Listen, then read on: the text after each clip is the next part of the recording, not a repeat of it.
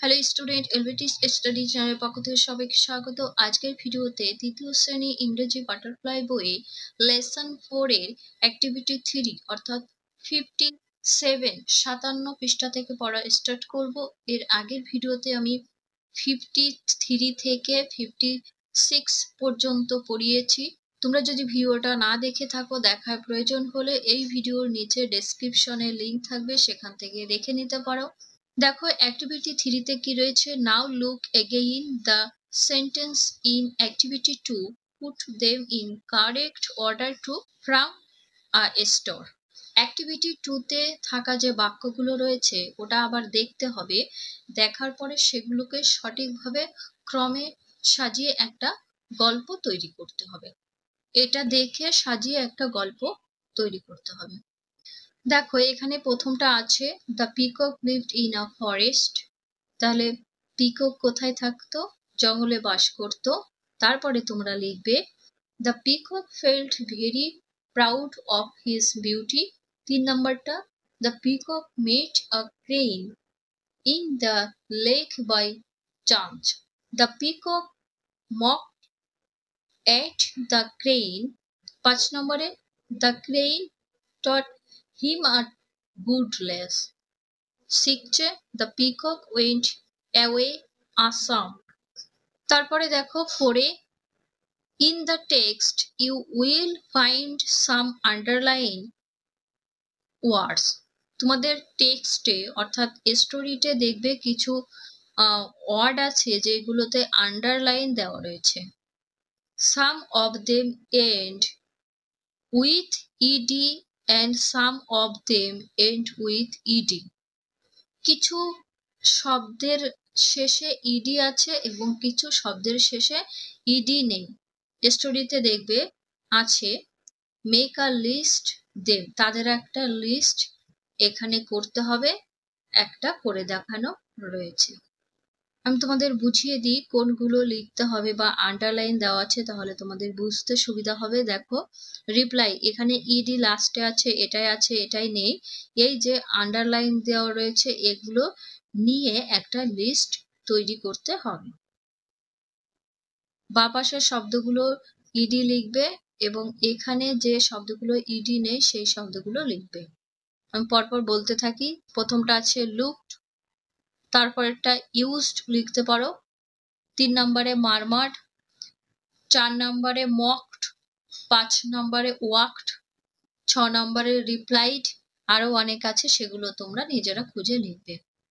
তারপরে ডান পাশেরটা দেখো যেগুলো ইডি নেই সেগুলো লিখবে। 2 নম্বরে স, 3 নম্বরে সেড, 4 নম্বরে ওয়েন্ট, 5 নম্বরে স্প্রেড, 6 নম্বরে ফেল্ট, আরো এক্সট্রা লিখতে পারো।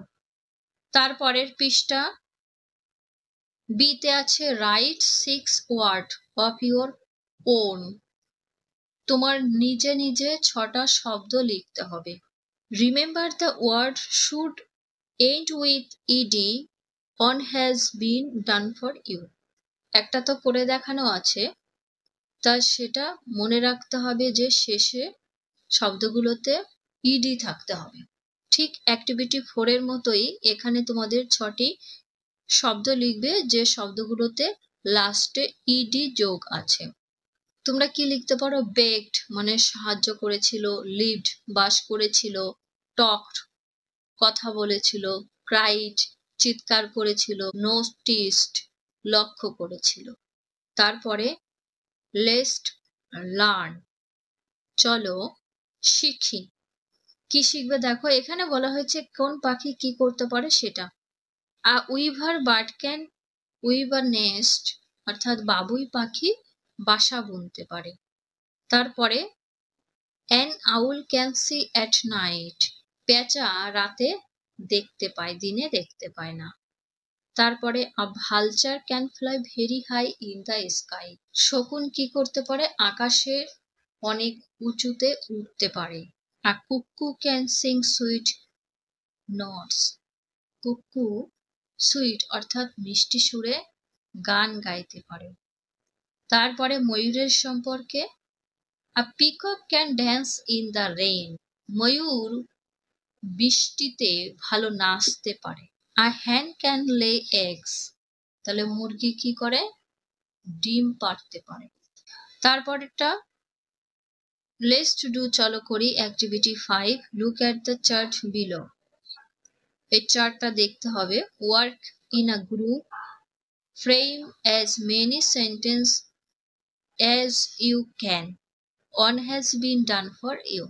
নিচের ছকটি দেখে দল বেঁধে কাজ করতে হবে।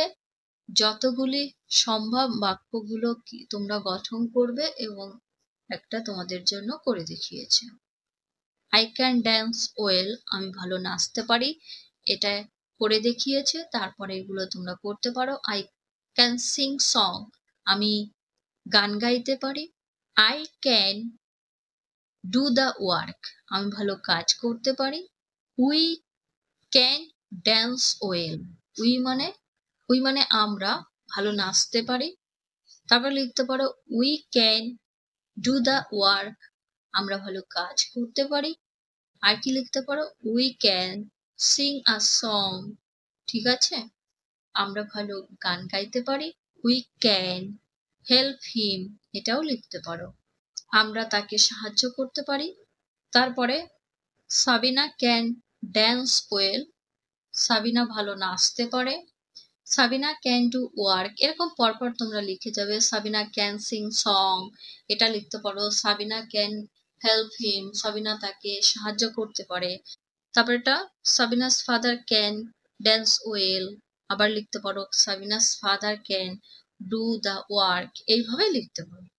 তারপরে দেখবো activity 6, Dimpy's friend is waiting for her in the pond. ডিম্পির যে বন্ধু এ পুকুরে তার জন্য অপেক্ষা করছিল। Let's join the dots from A to Z to know who she is. সে কে তার জন্য এ থেকে জেড পর্যন্ত বিন্দুগুলো জুড়ে আসতে হবে, ঠিক আছে। এটা ফিশ হবে, তোমরা বিন্দুগুলো জুড়ে দেখে নেবে। তারপরের পৃষ্ঠা লেটস লার্ন, চলো শিখি। Let's now how each bird cries, প্রতিটি পাখি কিভাবে ডাকে তার সম্পর্কে শিখে নাও। আউলস হুট, পেঁচা কি করে ডাকে? পেঁচা চেঁচা করে ডাকে। ক্রস ক্র, কাক ডাকে ক্যা ক্যা করে। ডাকস কোয়াক, হাঁস ডাকে প্যাক প্যাক করে। প্যারটস টক, টিয়া পাখি কথা বলে। তারপরে স্পাইরো চার, চড়ুই পাখি কিচিরমিচির করে। কক্স ক্রো, অর্থাৎ মোরগ কোকরকো করে ডাকে।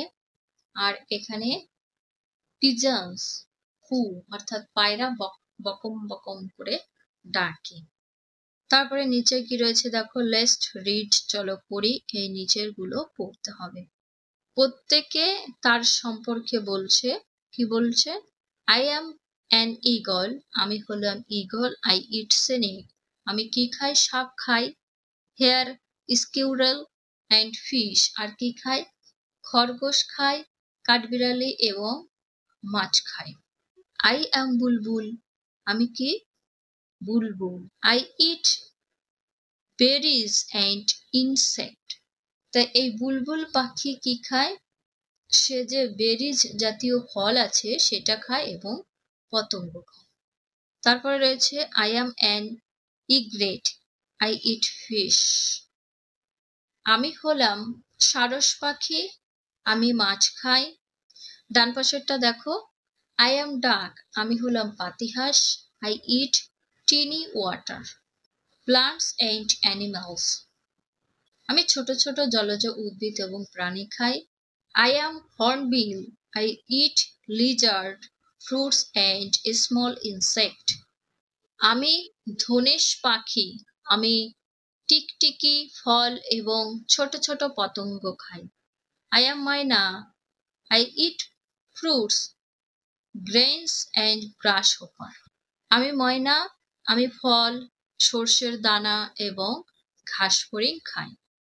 এই পর্যন্ত ভিডিও শেষ করছি। আজকে যদি চ্যানেলে নতুন হয়ে থাকো, তোমাদের যদি আমার পড়া ভালো লাগে তাহলে সাবস্ক্রাইব করে রেখো এরকম ভিডিও পেতে।